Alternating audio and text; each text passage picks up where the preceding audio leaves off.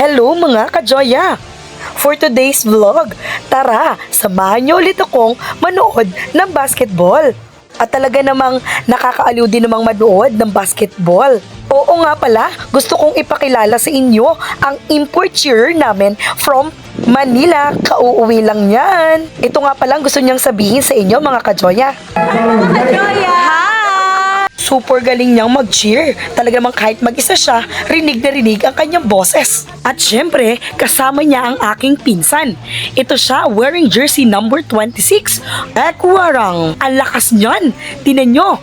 Oo nga pala, ang kalaban nila ngayon ay ang Sitio Banaba. Hindi naging madali ang laban na ito. Dahil sa unang quarter pa lamang ay lamang na lamang ang kalaban. Buti na lang, talagang nagpakita ng gilas si Chad Mojado. Tingnan nyo, napakagaling niya ngayong araw.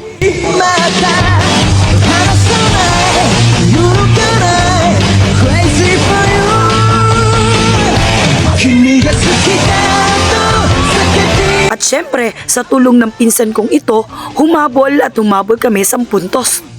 3-point shooter talaga tong pinsan kong tong si Kent Hamig. Tingnan nyo kung gaano siya kagaling.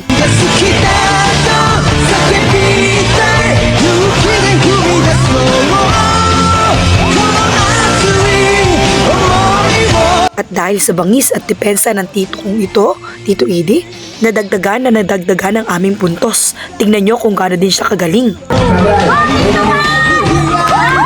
Yon, counted foul yon. Kaya naman may 2 free throw siya. Marami din siyang puntos, tignan nyo.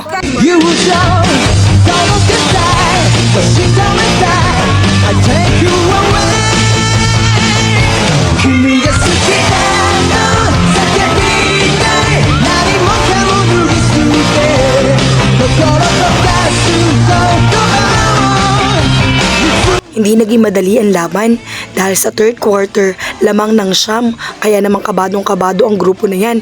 Ayan, so nag-uusap sila kung ano magiging plano nila. Pero dahil sa galing at tactics ng pinakamagaling na coach na ito, Jigs ang Lubulusok, ginawa ng Team Bully Board ang lahat para maabutan ang lamang nila. At dahil sa dedikasyon at galing ni Watton, ayan, nabawasan ang kaunting kalamangan.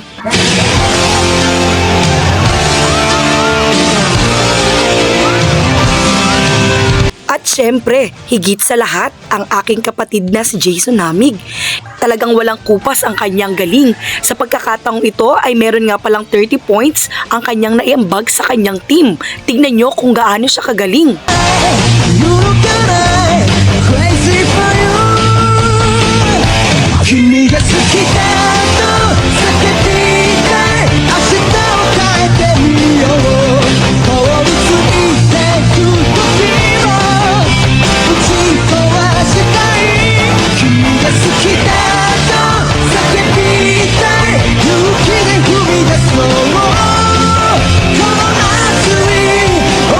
Talagang pinahanga ako ng kapatid kong ito sa larangan ng basketball. Pero hanga din ako sa Team Bully Board. Talagang lahat sila ay nagkaisa para manalo at maipakita ang kanilang galing sa larangan ng basketball. Kaya Team Bully Board, saludo ako sa inyo. Ipagpatuloy nyo lamang yan and road to championship! Tuwan-tuwa nga kami dyan kasi akala namin talo na kami. Pero sa huli, nanalo pa rin kami dahil sa super galing at dedikasyon ng Team Bully Board. Kaya naman, tignan nyo kung gaano kami kasaya. Oops, papicture muna ulit sa best player of the game, my kapatid, Jason Hamig. And congratulations ulit sa aking ka-team, Bully Board. Keep it up!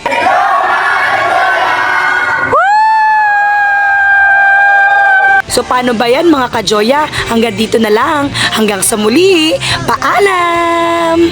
Shoutout nga pala sa aking mga supporter dyan. John Kenneth Bartolome and Jewel Gayeta. Hi sa inyo dyan. Bye!